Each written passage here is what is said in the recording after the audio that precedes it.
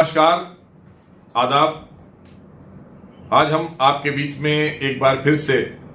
उत्तर प्रदेश सरकार की तरफ से जारी एडवाइजरी मुहर्रम, जन्माष्टमी, गणेश पूजा इसको लेकर जो जारी हुई है उपस्थित हुए हैं, हाजिर हुए हैं, क्योंकि लगातार हमारे पास अल्पसंख्यक समाज से, खासकर मुस्लिम समाज से भी फोन आ रहे हैं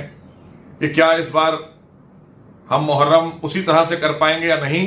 तो उनको बताना चाहते हैं कि सभी के लिए एडवाइजरी जारी हुई है।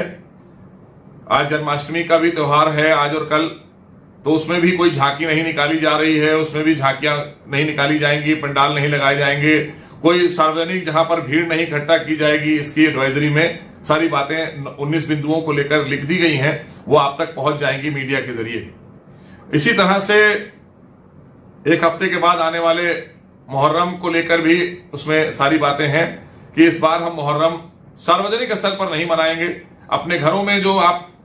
इबादत करते हैं, जो इमाम बाड़े सजाते हैं, वो अंदर घरों में आप सजाएंगे और घर के ही लोग उसमें बैठकर इबादत करेंगे, मजलिस कर सकते हैं, मातम कर सकते हैं। लेकिन सार्वजनिक स्थल पर आप 4 लोगों से ज्यादा अगर खड़े होंगे, क्योंकि दफा 144 जिसको धारा 144 बोला जाता है, आप सब जानते हैं, वो भी लागू है। 4 लोगों से ज्यादा कहीं पर भी लोग कोई पाए जाएंगे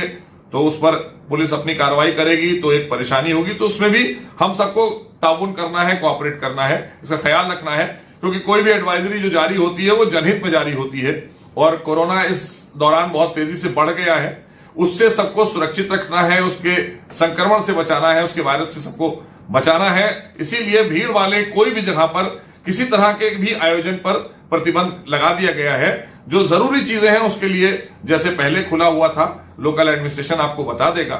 लेकिन इस बार हम सब जिस तरह से और त्योहार हमने मनाए हैं, जब तक हम इस कोरोना से बाहर नहीं आ जाते हैं या इसकी वैक्सीन नहीं आ जाती है या सरकार कोई निर्णय नहीं ले लेती है, क्योंकि निर्णय कोई भी फैसला लिया जा रहा है वो जनता के हितों को देखकर लिया जा रहा है, तो इसलिए किसी के बहकावे में नहीं आने की जरूरत है,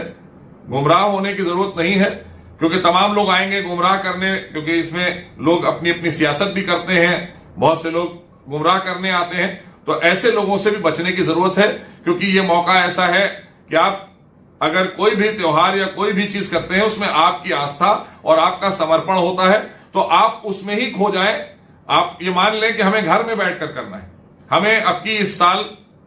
सड़क पर नहीं आना है, इमाम चौक पर कोई ताजिया नहीं सजा के बैठना है, कोई अजाखाना जो सार्वजनिक है वहां पर जो चंद लोग रहते हैं, जो बड़े इमाम बाड़े हैं या और भी इमाम बाड़े ऐसे हैं, वहां पर 2-4 लोग जो रहते हैं वही रहेंगे। आमतौर से जो सिलसिला होता था जायरीन का जाने का, जो लोग जाते थे वहां पर जियारत करने, वो नहीं जा पाएंगे, क्योंकि इस बार रोक लगा दी गई है। तो इसका बहुत ख्याल रखना है, और अगर कोई जा भी रहे हैं लोग तो हम एक दूसरे को बताना है कि धारा 144 लागू है, इसके तहत हमें इन सब एडवाइजरी का पालन करना है, इसके अनुपालन में ही कोई काम भी करना है, क्योंकि एडवाइजरी जो जारी होती है वो सबके लिए होती है। 23 करोड़ लोगों के लिए उत्तर प्रदेश के जारी की गई है, इसलिए आप सबका ताउन रहा है, आप सबने कोऑपरेट किया है। और हमारे उत्तर प्रदेश के मुख्यमंत्री ने सारे ही लोगों को लेकर वो चले हैं, और जिस तरह से आप देख रहे हैं लगातार वो एक बेहतर से बेहतर काम उत्तर प्रदेश सरकार में हो रहे हैं, वो आपके हितों के लिए हो रहे हैं। तो हम सबको कोऑपरेट करना होगा। सरकार आपके लिए होती है और सरकार आपके लिए काम करती है।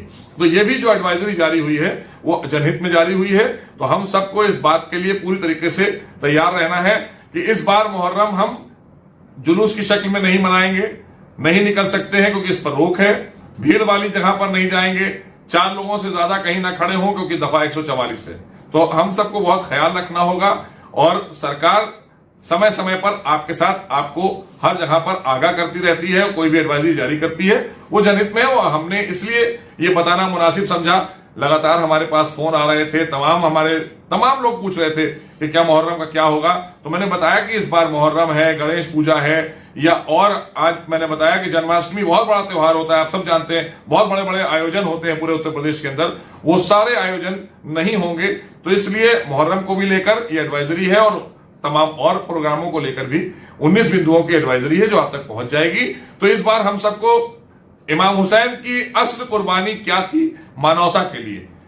मानवता के लिए जो दी गई कुर्बानी थी, उसको मद्देनजर रखते हुए हमें अपने जज्बातों पर काबू रखना है, उनकी बातों को सुनकर गिरिया करना है, जो करबला में हुआ उसको याद करना है, और उसके बाद सब्र से काम लेना है और दुआ करना है। हम सबको मिलकर सर्व समाज को ईश्वर से, अल्लाह से दुआ करना है कि हम इस कोरोना से जल्दी बाहर निकलें और फिर से आइंदा साल हमारी जिंदगी पटरी पर आए और जैसे हम अपने प्रोग्राम, त्योहार और खुशियां और गम मनाया करते थे वो सब एक साथ खड़े होकर एक साथ